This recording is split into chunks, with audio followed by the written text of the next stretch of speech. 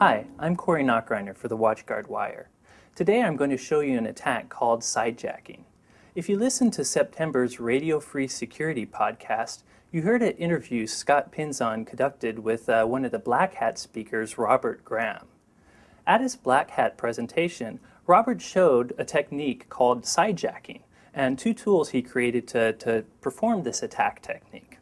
So what is Sidejacking?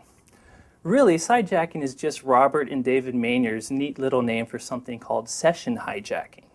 Session hijacking is when you're on a network, whether it's wired or wireless, and you sniff the network traffic to pick up session information like web cookies.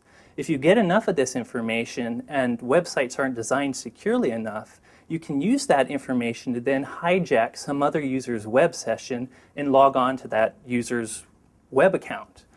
In this case, Robert actually hijacked someone's login to Gmail. And what made it really neat is apparently during his talk, some poor person in the audience logged on to Gmail, so he showed this in a real scenario. So the way this attack works is with two tools that Robert Graham and David Mayner of Errata Security made. One tool is called Ferret. It's basically just a packet sniffer, except it's designed just to look for very specific information passing on a network. Then there's another tool called Hamster. And Hamster is just a local web proxy that actually translates what Ferret captures and displays it in a neat web GUI so that you can easily see what's going on and hijack sessions. But rather than just talk about it, let me show you how it works. Okay, to start this attack, I need to run a packet sniffer called Ferret. And before I run it, I need to find out what network interface I'm going to use, so I type it using this W switch. And I can see my wireless card is the second device. So now I can run Ferret-I2. That gets a sniffer running on my wireless network, sniffing all the traffic that happens on this wireless network. So now that that's going, let's see what happens when Sarah, someone else in this wireless network, logs on to Gmail.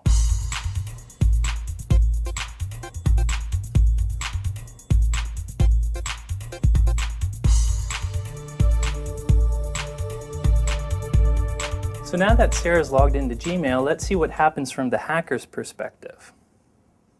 The first thing I need to do is open another command prompt and run Hamster. Hamster is simply a proxy server that runs on my computer. So once I have this running, I have to open up a web browser. Any web browser will do, but I need to set my web browser to use Hamster as its proxy server. To do this in Firefox, I can go here and I set up 127.0.0 as the proxy server's local host, which is my computer on port 3128.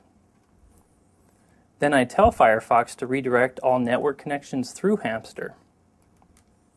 Now that that's set up, I simply have to go to Hamster in my URL, and it brings up Robert's great little web-based hacking GUI. So here we can see an IP 192.168.39.70, which is actually Sarah's IP on this wireless network.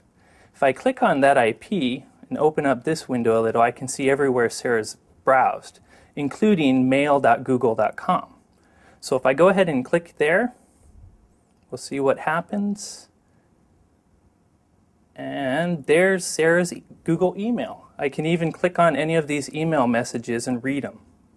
Pretty scary. Just a few clicks, I can see everything Sarah gets. So now that you've seen how easy it is for hackers to hijack your Gmail session, you probably want to know how to protect yourself. The key to this is making sure all your sensitive web connections are encrypted. In the case specifically of Gmail, don't go to gmail.com in the URL. Instead, go to the URL displaying at the bottom of the screen. This ensures that the entire Gmail session is encrypted and not just the login. Other sites might just do different things in this, but the key is make sure when you're visiting these sites that they always show HTTPS within the URL, or if you can go to profile settings, make sure they use SSL. If you'd like to learn more about sidejacking from the guy that actually demoed it at Black Hat, be sure to check out our September episode of Radio Free Security. There, Robert Graham describes this technique in much more detail. Plus, he shares links where you can download these tools yourself and try them out. Thanks for watching, and continue to follow the WatchGuard Wire.